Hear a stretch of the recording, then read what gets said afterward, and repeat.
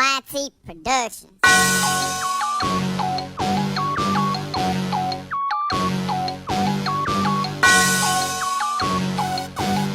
Yeah. I love my HBCU.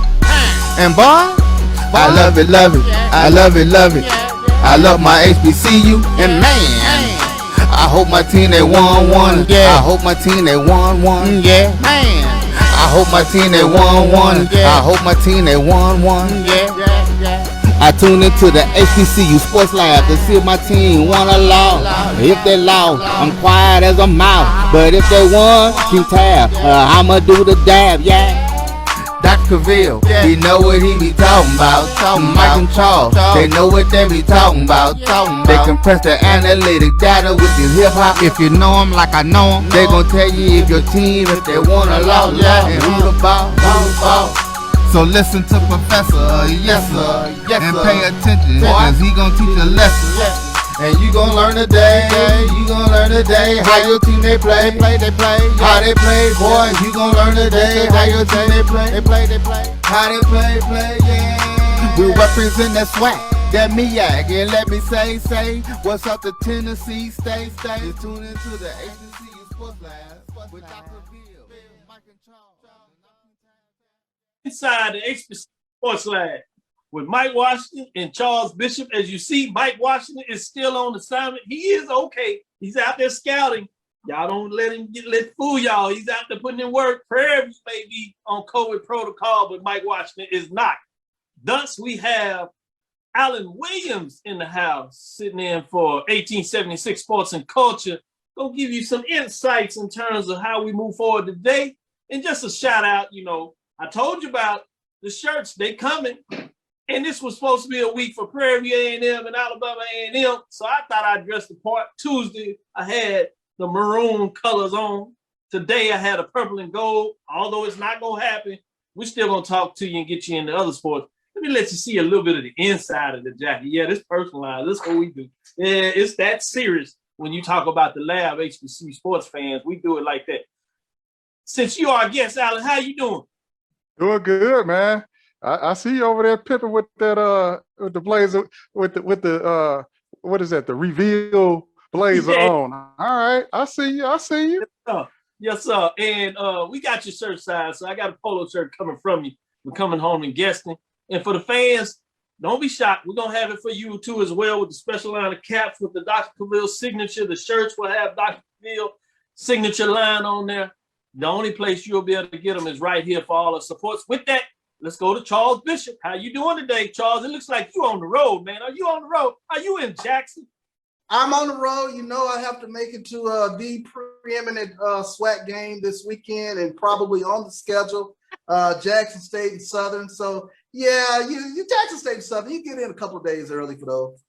Yeah, you got to lather it up. I love it. That's what we're going to do. And we're going to give you a chance to talk a little bit about this preeminent rivalry game, as you would call it. We'll see what the people think about that, but I'm sure there's a lot that probably will say that it's true. It's certainly one of the top, if not certainly the preeminent. So let's get into it. Welcome to episode 129, Dr. Bill's Inside the HBCU Sports Lab. This is episode 121 of Inside the HBCU Sports Lab radio show and podcast, the show that's covering the sporting HBCU diaspora, all things HBCU sports, institutions large and small, from NAIA to the NCAA. We share insights and information on the HBCU sports culture and HBCU athletic aesthetics to facilitate the story of HBCU athletic programs, as well as the business of HBCU sports. I'm your host, Dr. Kenyatta Cavil, along with my co-host, Mike Washington and Charles Bishop. As we said, Mike Washington is on assignment, so we have Alan Williams sitting in of the 1876 Sports and Culture podcast coming out of Prairie View. We're filming from our home studios and sending a signal live to our Caseway 1230 AM studios with the Texas Radio Hall of Famer, Ralph Cooper, in beautiful home of Texas Southern University from Houston, Texas, or at least I am. Obviously, Alan is coming out of the greater Dallas, Texas area. So that's what happens when you have this platform of Zoom. Man, you can make everybody just real close. Charles, but you are right here in the lab. Man, I'm so excited, as we said. The lecture is officially in session. Today's episode of Inside the HBCU Sports Lab is sponsored by THG Agency LLC. THG Agency is a company that provides sporting and educational consulting and data analytics. You know where to get it. It's www.thgagency.com. If you want more information in terms of the consulting landscape, particularly if you are looking at doing a master's, we can give you information on Texas Southern University, Master's of Science, Sports Studies, Sports Leadership. We also exclusively have just been affirmed with the ability to actually provide the first of its kind, a concentration in sports education, and that's executive doctorate of 2 certificates, one in athletic administration or sports leadership. You can combine those certificates if you like and have them as a concentration in sports education with the doctorate of education in curriculum instruction. In fact, Professor Bishop is in that program. Professor Washington is in that program. And, you know, I'm recruiting Williams. He'll take a little time on him. You know, he's this on the backside. You know, he's climbed the industry over there with his corporate ties as he gets it done. Enough about all that. Let's get into the action, what everybody's talking about. Let me give a shout out because the folks are in the house. Hercy, Trudy Jackson, Kay Johnson, good evening inside the Sports Lab. Time for Lecture 121, no doubt about it. As we keep going, let's see what else we got in. Quentin Henry, Jason Cavil. We got the Associate Commissioner in the house. Man, look at it. Go ahead, and that is Dr. Jason Cavil. We're going to see if we can recruit him to do some lecture for our sports education program. So y'all going to get talked by some of the best in the business now. Wendy Jenkins is in the house, the better half. Ian Odom, AD Drew, Quentin Henry. AD is behind the scenes doing our production today. Tony Anthony, Trudy Jackson, Willie Alex Hine, you know he's in the house representing CIAA country. Stephen A. Miller, Barrett Williams, go Jags. Yeah, you know he gonna be in here this week. Jason Thornton, Willie Mack, Christopher Wright. Yeah, they in the house today. Reuben Hugg, Christopher White, Anthony, what is that? Balancia, excuse me, Jason Thornton, giving us Fred Witten is in it. With that, Charles, let me go to you. What's some hot news of the week? Well, let's take a look at it. You talked about the business of HBCU sports. The Spring 2021 Cricket Wireless SWAC Football Championship is set to now be carried on ESPN2.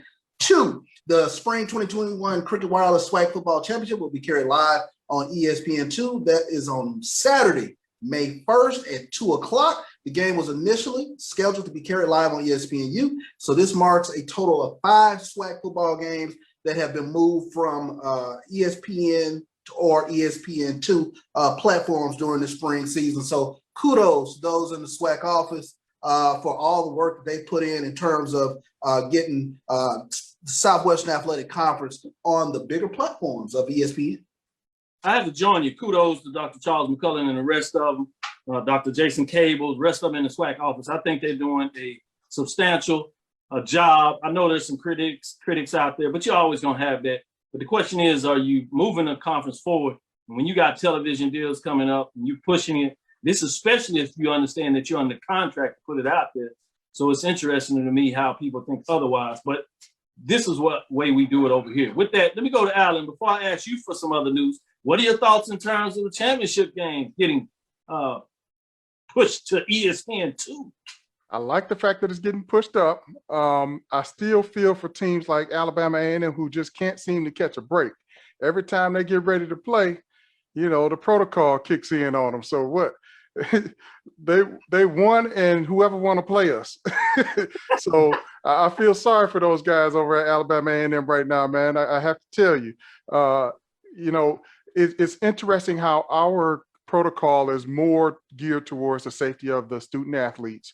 But if you remember back in the fall, you had members of Clemson, you had members of other teams show up COVID positive, but they still played.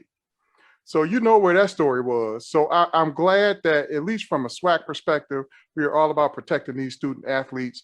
There's always the fall, and hopefully, you know, things we'll hit herd immunity before the fall football season, and we'll get all those games in. But You know, it's just the nature that we're living in right now that a lot of these games are being canceled, but I'd rather have them be canceled than have some epidemic on an HBCU campus because we played a football game. Oh, great point you make all the way around. I really can appreciate that. And you're right about Alabama A&M. You're talking about buzzer luck. Bulldog buzzers is what they're going to be called now. They just can't escape what's going on. Every time they look up, they're talking about cancel. I think it's cancellation number 4 or 5 for them. But the good thing is still looking forward, the 2 games that they need on their schedule that's going to determine whether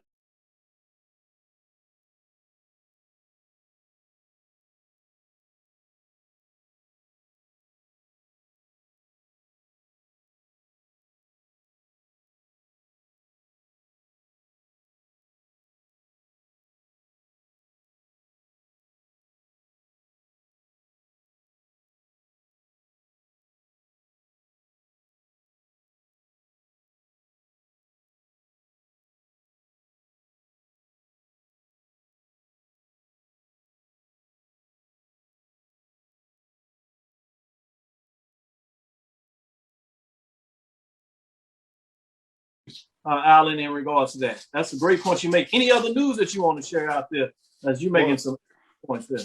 You know, I know you guys interviewed Dr. Hill Ely in 2 episodes ago, and you never asked him if he got his shoe back.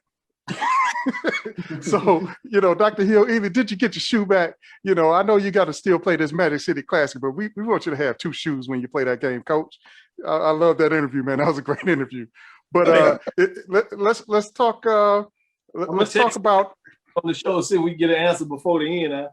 Yeah. I mean, to me, the big story for college sports altogether is turning out to be this transfer portal.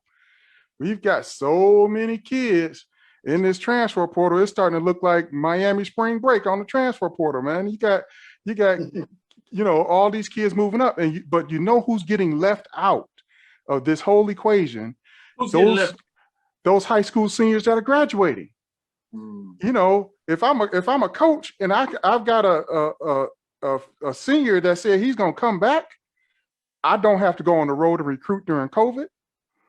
You know, so a lot of these high school kids that would have been going D1 are going to end up at JUCO, or they're going to end up at a D2 or NAIA, because the opportunities are just not going to be there because everybody's got this extra year eligibility. So I feel sorry for those seniors. They get the double whammy. You know, first of all, you're graduating in a year where it's all virtual. You don't get a prom. You probably didn't play your homecoming football game. And now, you know, you've played football for 8, 9, 10 years, or basketball for 8, 9, 10 years. And now you've done everything you were supposed to do. And, you know, just pure dumb luck, you happen to be graduating here in 2021 when everybody gets an extra year eligibility. So I feel sorry for those kids, man, that they won't get the same look that they would have gotten in normal circumstances. That's a great point, because a lot of us have looked about and celebrating and really appreciating that the NCAA, in many people's minds, is doing the right thing about giving these players and college athletes an additional year currently. But many of us are not thinking about who it affects, or at least some of us are not, I should say. And that's the high school players. And you're making a great point when you talk about how and who it affects, because all these decisions have that. Before I go to you, Charles, to provide some more information, I did have a question out here by Willie Alex Hine. I think it's a legitimate question. The biggest question should be asked whether to cancel the rest of the spring football season. So I'm going to ask you to answer that first, Charles. I'll come back to you, Alan, to give your opinion on it, because I think we can chop it up a little bit. And then we'll come back to see if you have some other news that you want to share. But what are your thoughts in terms of canceling the rest of the spring season? Well, I think it's a fair question to ask, but and it depends on whose fan base you ask. If you asking Jackson State Southern's fan base, we're talking about canceling the rest of the spring season. You got games to play, trying to win the SWAC Championship. If you're Grambling, you like, yeah, okay, let's go ahead and cancel. So I get it. It just depends on which fan base you're talking to. So, and I'm sure Alabama A&M, they want to get their games in. So, it is a very difficult thing, you know, asking coaches and student athletes to play through a pandemic. But to their credit, I give them a lot of credit. They have somehow managed to get to at least this point within the year in terms of trying to get these games in. And I think I've mentioned on the show before, you've talked to a few athletes along the way, and they have mentioned, you know, in terms of the work that they put in at this point, they don't want to cancel. They want to play the game. So, you know, I think it's 6 and 1 ain't half a dozen other. I think you really, you know, you want to protect everyone's best interest, of course, fans included. But you do feel for the athletes themselves who are actually going through the constant protocols of the testing, and after they get the clean bill of health, they more or less they want to go ahead and participate. Alan, what are your thoughts? Great points, Charles. Great points made. Charles makes great points here. My observation is, okay, if you cancel spring ball, what happens? Are they going to stop practicing? No, they're trying to play spring. They're going to still practice for the spring, getting ready for the fall. The protocol won't change. They still going to have testing. If somebody comes back with a positive test, instead of missing a game, you're just missing practice. So at this point, it serves really no purpose to cancel it. Get in the games you can get in. Those that you can't, you know, that's just the environment we're in right now. But to me, I know Graham fam is ready to go set it down, but everybody else, let's let them get it in, man. We still got a Bayou Classic scheduled to be played in Shreveport. You still got Magic City Classic. I mean, from a fan's perspective, if I can get one out of 3 of the big games remaining to be played, I'm still good. And these programs still get to practice. Even if they miss the game, they still got that practice time in. So this is all leading up to what should be a phenomenal fall 21 football season in the SWAC, especially with the realignment coming.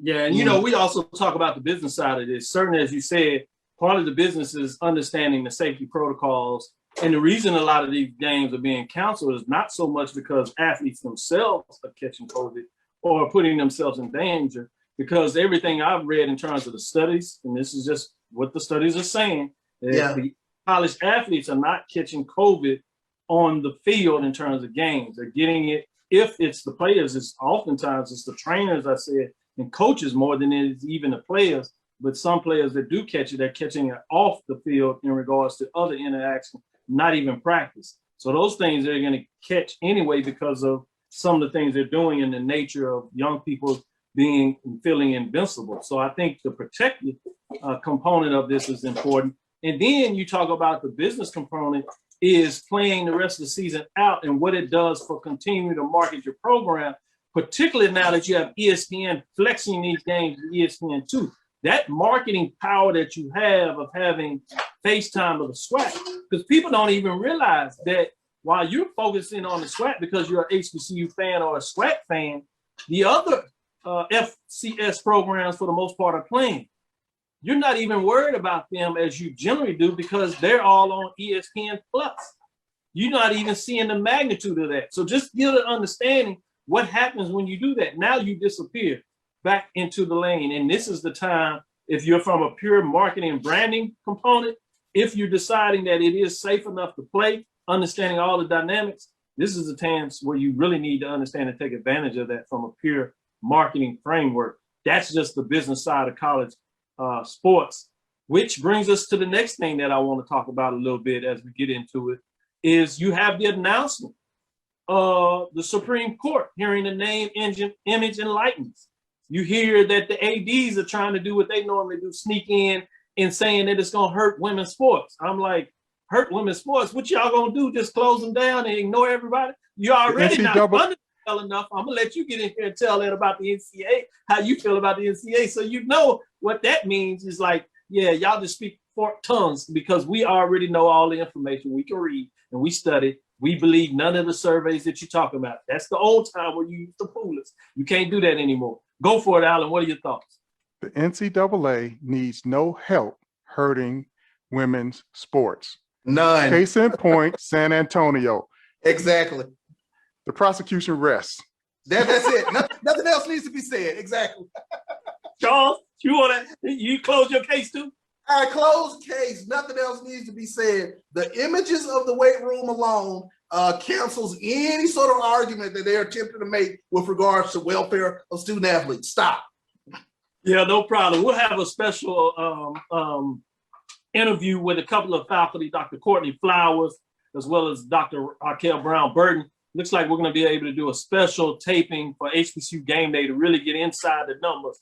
Courtney Flowers is a specialist at Texas Southern University, and her research and work talks about Title IX, and she knows it better than anybody else. And then you have the interim dean, Dr. Raquel Brown, that talks about the intersectionality of communication, African-American diaspora, and African-American and Black people. So she's going to bring it from a cultural perspective of communication. So check that out. And you know what I'm going to do? I'm going to bring it from the HBCU Sports Studies. So that's just a hidden little gem that will be coming. Check it out. Continue. Like we said, subscribe, like to us on Facebook in terms of Inside HBCU Sports Lab, BCSN on YouTube, as well as HBCU Game Day at YouTube, because we're bringing you some of the greatest HBCU news out there, and we know how to partner. Look for more to come, particularly what you just seen last week with the baseball live game. Did any of you all get a chance to see some of the partnership with Princess Hill in terms of the baseball classic he did in the great Dallas area with Roy and his team producing that from the BCSN's perspective? What are your thoughts in terms of the production and how the coaches, the baseball coaches of the SWAC, were just raving about that event in so many different ways? Let me go back to you, Alan. What are your thoughts in terms of that game? It was in the perfect location. They held it in Frisco, Texas. There's a lot of entertainment in that area. So even though we're in a COVID environment, that is something that's going to have legs. Trust me. Folks in Texas love their baseball, especially this time of year. So there is going to be a thirst for that moving forward, especially when they are not competing against football. They picked the perfect location at the perfect time of year. It's right before, you know, the major leagues kickoff, and you know, yeah, good point. You know, you're wrapping up the basketball tournament. It was just well executed, great plan. I mean, they even had a cigar area set up for the folks who like to smoke cigars. They thought of everything, so they catered to the right crowd. They will have my money every year, and I will be there. Yeah, and I'll be flying in. I'm sure, Charles, you're gonna get something.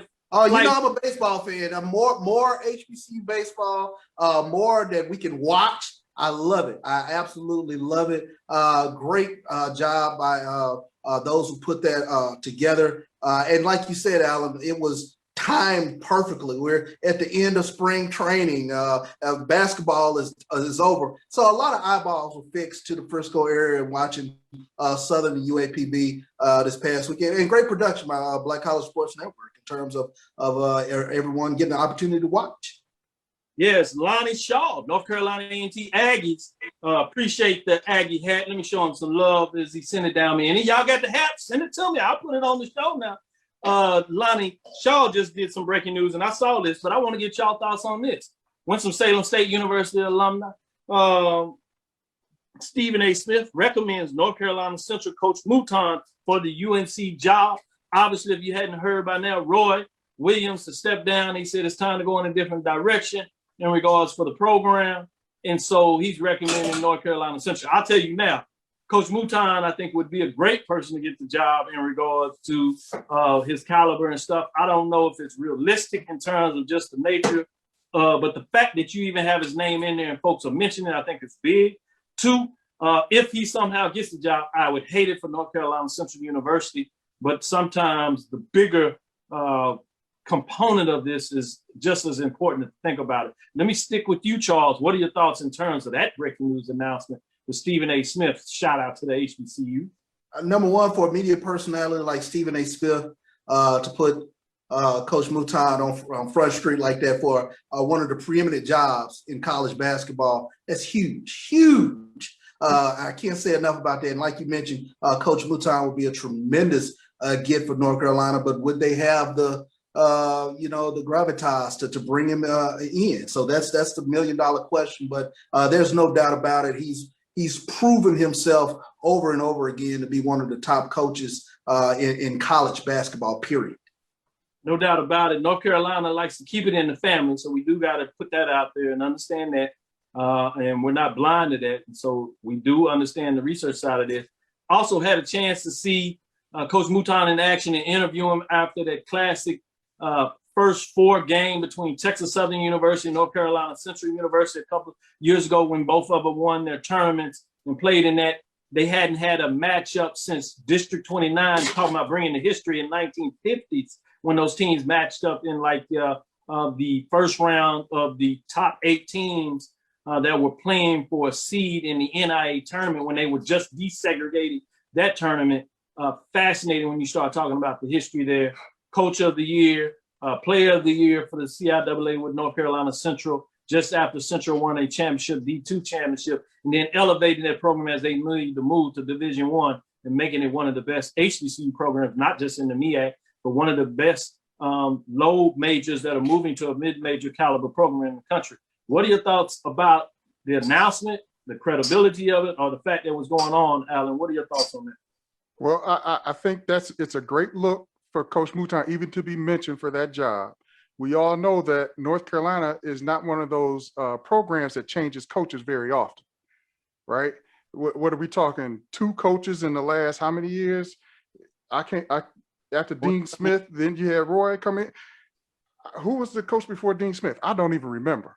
Yeah, you had that short with Guthrie that took over Roy, and then you had Doherty or something like that. But it was small. It had a little twist in terms of that. But Matt Doherty.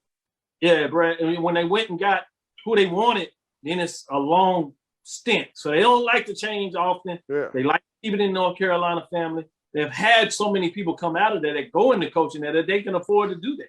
They can tend to look at North Carolina coaches, but it'd be interesting just to see if he even gets a real shot to talk about his interests in regards to what he could do in that program. And he certainly can recruit. That's not a question. He's respected in terms of the industry at the collegiate level, even to get a chance to be assistant under the USA team. So that's not the issue there. But it's fascinating the fact that you see that caliber of coach that happens to be at a HBCU getting the opportunity to even get a blessing from somebody at the national media, somebody such as Stephen A. Smith, that people will resonate a little bit. We see this to some degree, even though this is outside of the HBCU perspective, but in terms of similarity where you have a high profile person, when you talk about Texas, when he was talking about letting Roy Ivy, when you talking about that, they made an announcement, they didn't go in that direction, but something similar. With that being said, let me go back to you, Charles. Any other news that you wanted to talk about? Well, I think that was one of the big things that Stephen A. mentioned in Lavelle Mouton. I thought that was huge. I thought HBCU Game Day did have another really good article by Stephen Gaither today, and it was in regards to Delaware State in terms of talking about some big changes that they were looking at making. Dr. Scott Gines is retiring at the end of the academic year. Alicia Gatson, Assistant AD and Compliance Officer for Service Interim. But it goes into some of the big changes that Delaware State is making in regards to what they're doing over there in the MEAC. So it's interesting to kind of peek at the Delaware State and see what will be some of those changes and what will they be, what are in store for the Delaware State Hornets.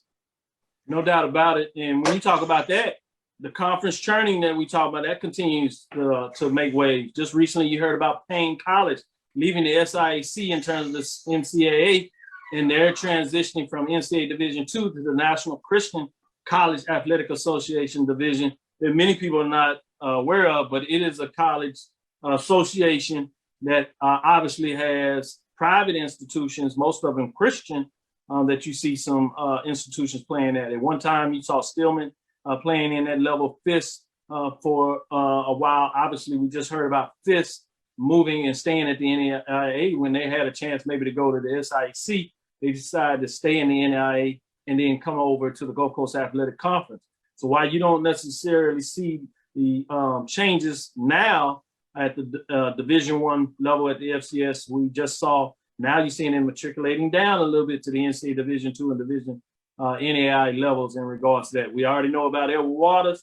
They have the open invitation. When are they going to make the move in regards to applying for the official status at the Division II level in the NCAA, moving from the NAIA? So you see these programs moving around, trying to juxtapose their position of where they want to go as an institution. Any thoughts in terms of conference churning at the HBCU level out? Well, this conference churning is going to continue to happen. You're going to see some consolidation. And then when you add this new media component to it, you're going to have some teams looking to chase that dollar. So, you look at, FAMU and Bethune joining the SWAC, you probably have a couple of schools that wish they had a jumped in front of Bethune once FAMU made their announcement, but Bethune was ready. So, you look at schools like Tennessee State, who made moves years ago, but now they're kind of with their fan base and their alumni, they're like, hey, can we get back into a HBCU conference so we can actually start enjoying going to homecoming again? Are you trying to start a fight with Tennessee State? I am. Yes, I am. Both, and I can do that. Both of my brothers graduated from Tennessee State, so I'm very familiar with the school. And speaking of Tennessee State, you heard about the big news this week, Doc. What do you think about that? What is that? Tell us. With Hercy Miller, Master P son, decided he's gonna go to Tennessee State. Yeah, we got the Jordan effect on the Alcorn with the football side, and Mercy Miller in terms of going to Tennessee State. I think that's big, as you tend to see the profile, because one, it's a 3-star, so it's a legitimate player with some ability to play at the collegiate level, Division I level, and then you just talking about the star power connected to him and how that's going to bring additional eyeballs to Tennessee State. And you never know what that means, because anytime that you can continue to brand the program, that's a positive thing. Obviously, there's goods and bads that come with it. But in the marketplace that we're talking about for college athletics, which I keep telling you is the business of athletics just at the college level, is that's par for the course. You got to understand, how do you make the most of it if you want your program to continue to take the next level. I hear you talking about 1876 in the crew, Sports and Podcast, talking about Prairie View no longer being the best kept secret, because you want them to brand more of that. That's part of it. You got to understand, how do you make these moves?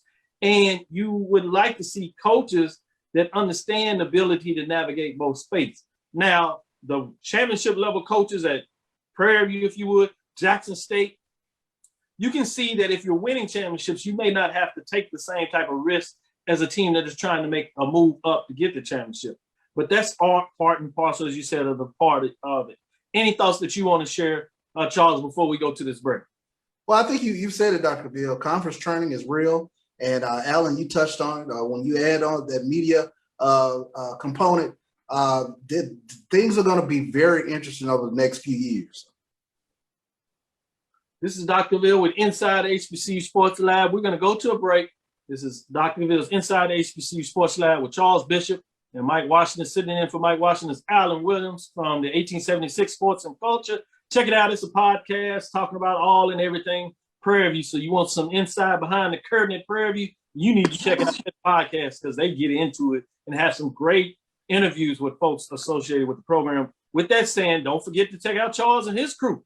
1400 podcast, 1400 Club, I should say. They're getting it big time. They're doing it. They went from the podcast and now they done elevated to the television branding of BCSN. You'll see 1876, I think, peeking out that window, seeing if they want to get a little bit of that shine as well. So don't be surprised if they debut on your screen before long in terms of the BCSN network. As we continue to grow and get things done, you'll see what's going on there. Stay tuned, stick with us, and we're going to get back and get into the real football talk about what you want for the second half of the show. This is Dr. Cavil inside the HBCU Sports Lab. Stay with us. We'll be right back. What does graviton mean? My God. It's another sad day in America.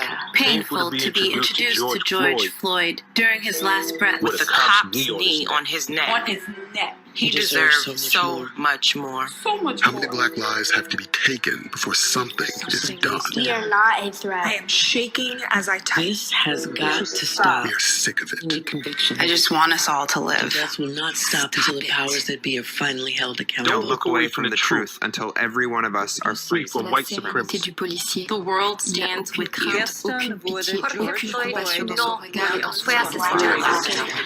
Criminalizing and killing of black and brown bodies is not new. It's as old as America. It's just getting filmed more. Do you know what it feels like to be hunted? To have a new hashtag for a dead Black person every single day?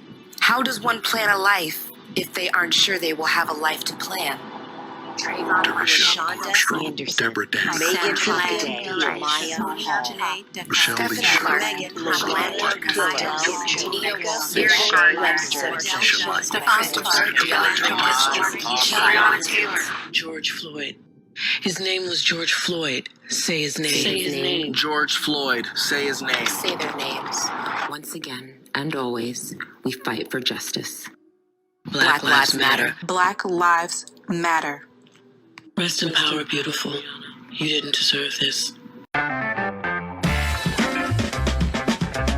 Your ad could be ran here. MyJBN.com/support. MyJBN.com/support for more information.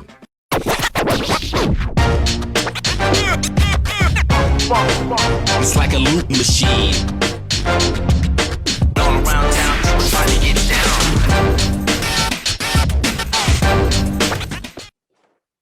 This is Dr. Cavil with Inside HBCU Sports Lab with Mike Washington, Charles Bishop. Mike Washington is out on assignment. Sitting in for him is Alan Williams of the 1876 Sports and Culture, bringing it like he does on his show. Shout out to the folks that continue to follow us, giving some great information. Got a great update in terms of Joseph Cavil. Says Bama State announced today the COVID vaccine will be available to all students and staff starting April 15th. That's great news. Doing that at Texas Southern University, and some of our institutions are getting into the thing. I think Miles College has the COVID-19 on campus as well. So shout out to all those HBCUs that are doing their best job of making sure the public is safe. Means so much for so many. Certainly understand those that may have a concern, but at this point, we need to be educated and make sure that the African-American and Black community, those that want it for sure, those that want more information are certainly getting the opportunity to get the shots, because we're falling behind on that. So I wanted to give a little shout out to that as we get into it. As we said, last thing before we get into football, we will have our MEAC SWAC Challenge, de facto championship between the two teams that won the conference championship titles. Prairie View of the SWAC, Prairie View A&M, and North Carolina A&T of the MEAC will face off in the NCAA Women's Bowling Championship. That first round, number 3 seed Prairie View will take on Mid-Eastern Athletic Champion North Carolina A&T, and the Lady Panthers learn the first leg of their journey this afternoon during the NCAA Bowling Championship selection show. So I thought that's fascinating. Wanted to slide and give the ladies some love on that, particularly when you get that matchup, interconference matchup for the SWAC and MEAC. It's a big deal. Who's going to capture that? With that, let's get back into it. Football, we only had one game that was able to conclude. Starting off, as you know, Alabama State, Pablo started out a little bit there in a lot of ways in terms of that mix. Thunder Shower shut it down. Alabama State was looking really good thus far in that game. Any thoughts before we get into Tennessee State? Anything you want to say about Alabama State and Pine Bluff in at least the first quarter and a half of that matchup? I wanted to see the rest of it. I wish they moved that game up to 12 o'clock so we could get it in, so we could get some 1-1, both overall in the conference race, 67 points. No team dropped out. Top 5 programs, number 5, Southern Jaguars sitting at 2-1, had one first place vote for the first time out of the poll, as they didn't in week number 4, 75 points. At number 4, you had Arkansas Pine Bluff Golden Lions. Although the game didn't count, we got to see what we saw. 2-0, they lost a first place vote and slipped down from 3 to 4, 83 points. Prairie View is at number 3. They slipped up, although they didn't play and kept the one first place vote they had at 84 points, moving up from the 4th spot. At number 2, you have the Jackson State Tigers. They failed the previous week, but they remain at number 2, 3-1, 2-1 in the conference race. 4 first place vote, 109 points. Number 1, Alabama A&M, 1-0, just one game. 5 first place votes, 110 points, finding a way to beat number 1. Do they just have to play some games? What are your thoughts? Charles drops his head. He gave me his on Tuesday. He don't see it. Alan? I'm with Charles on this one, man. How you get in first place and you play one game? Come on, man. I mean, at least UAPB is out here playing. They slid because of a half. you know, A&M ain't played a game. They played one game. To Come their on, credit, man. it ain't their fault. So I bless It's not them their all. fault. But Coach Maynard, you know, everybody got this. Everybody is normalized with it's not our fault. You know, Master P had that song. It ain't my fault. Hey, but I look at my Panthers. We hadn't lost a game. We 2-0. Where's the love? Yeah, you know, yeah. But so and Alabama State. Alabama State. Always the question. Alabama State lost some shoes. Obviously, Jackson you State. said you have a question of being number one. Pine Bluff, Prairie View talked about. Who do you have number one? Right now, just based on the quality of the win, I'm giving a first place vote to Alabama State.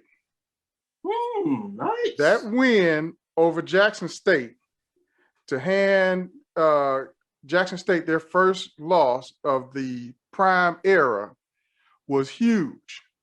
That was a huge win for Alabama State. Just the timing of it, you know, it wasn't the first game out of the box. Everybody had kind of gotten into a rhythm, especially Jackson State, because they hadn't missed a game to that point.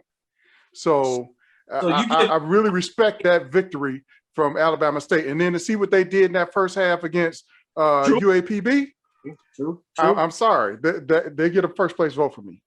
I like the way you think, but I gotta get some more definitive stuff on this. So you talking about Alabama State gets the first place vote? Are you saying they're in the top 5?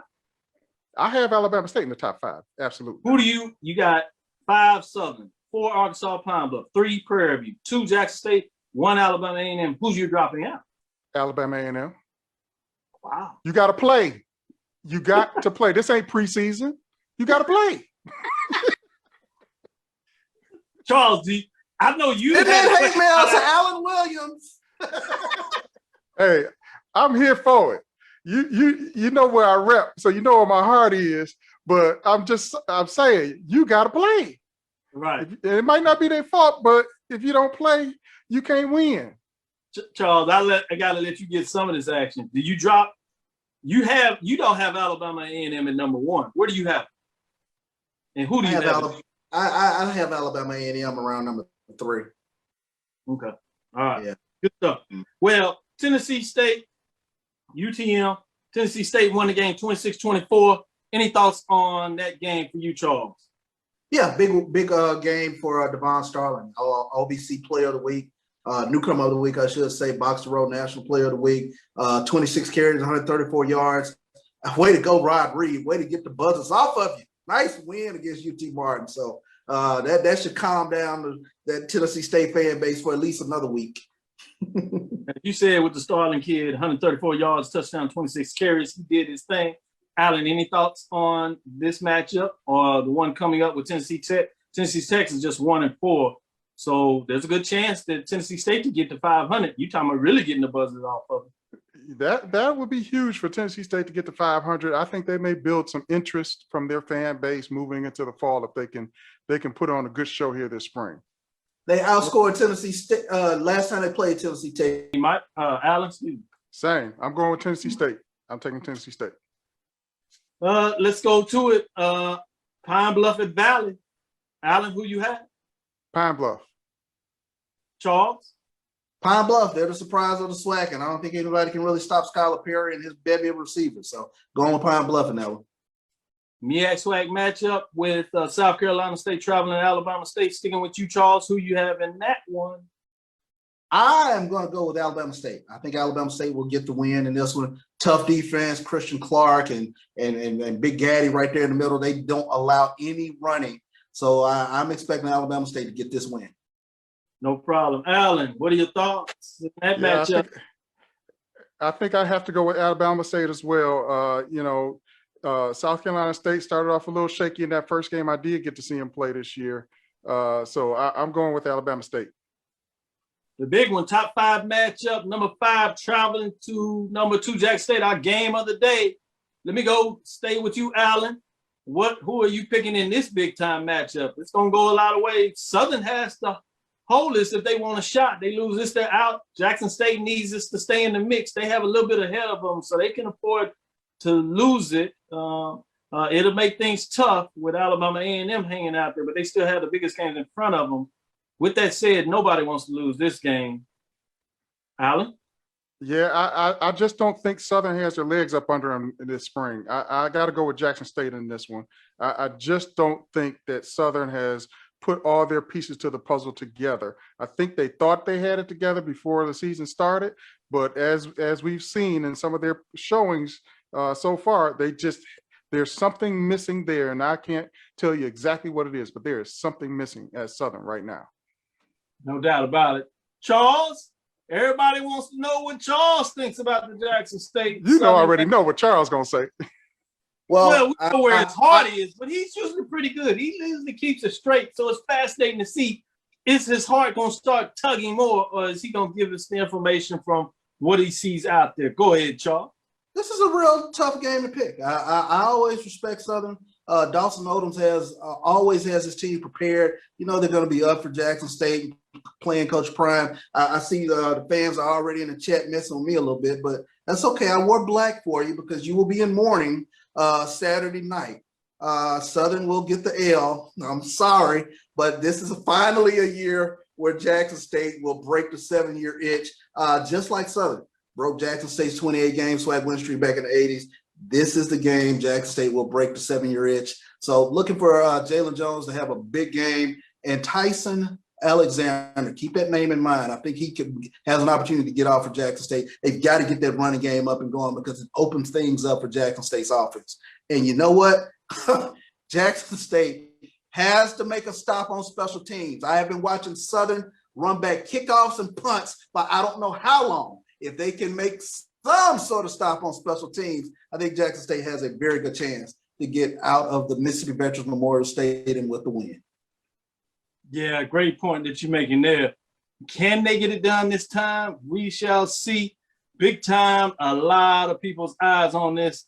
I can't wait to the matchup. I'll have multiple screens going to make sure I can catch everything there, but there'll be a point where all eyes will be focused on Southern Jackson as we get to 4 o'clock, and that's what I'm looking for.